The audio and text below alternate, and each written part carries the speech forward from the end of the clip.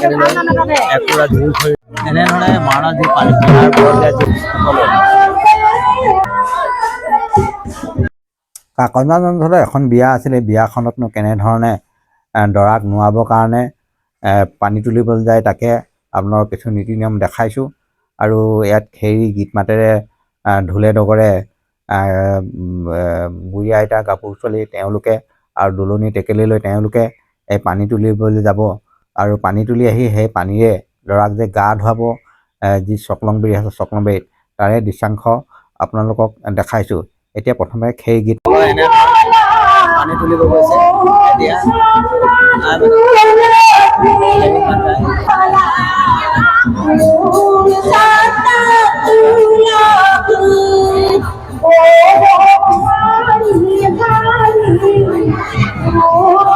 সেই মাত জুৰি তেওঁলোকে যি পানী তোলা থলী সেই পানী তোলা থলী পাইছেহি।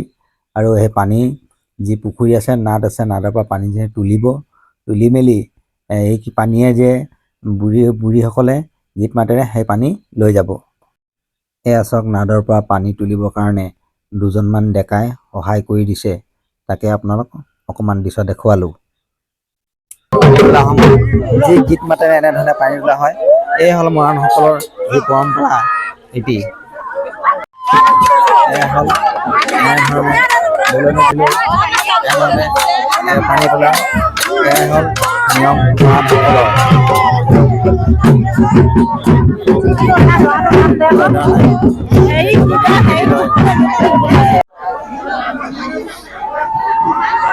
ইয়াত পানী তুলি আহি সকলোৱে এতিয়া ইয়াত যিসকল দুলনি টেকেলি আছে বেৰি ওচৰত সকলোৱে চাৰিওফালে সকলোৱে বেৰি মেলি আছে। আৰু তাৰপিছতে ইয়াত নোৱা ধোৱাখিনি আৰম্ভ কৰিব।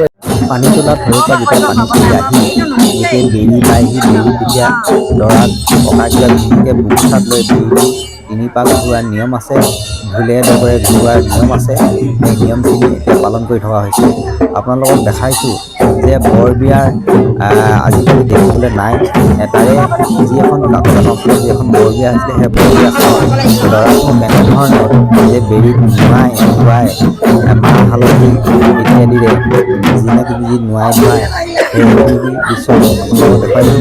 এতিয়া ঢোলে ডগৰে সৈতে আৰু তেওঁক এই বেৰিটোত 3 পাক ঘূৰাব। তাৰপিছত গা ধোৱা ব্যৱস্থা বেৰিত এনেধৰণে মাহ হালধি ঘঁহাৰ পিছত যি গা ধোৱা যি পৰম্পৰা আছে সেই গা ধুৱাইছে ল'ৰাজনক।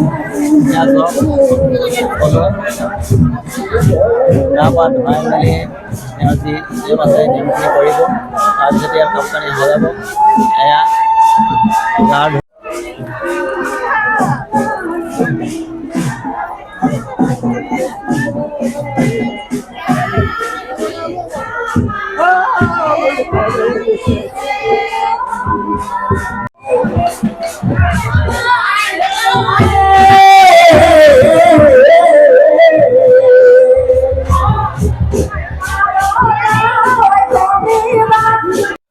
দৰাক গা পা ধুৱাই লোৱাৰ পিছত যে বুঢ়ী মেথীসকলৰ মাজত বহুৱা এটি নিয়ম আছে সেই পৰম্পৰা নিয়মখিনি আপোনালোকক দেখাইছোঁ।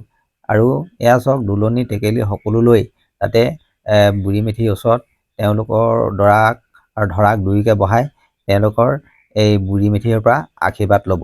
এইখিনিকে আপোনালোকক দেখালোঁ।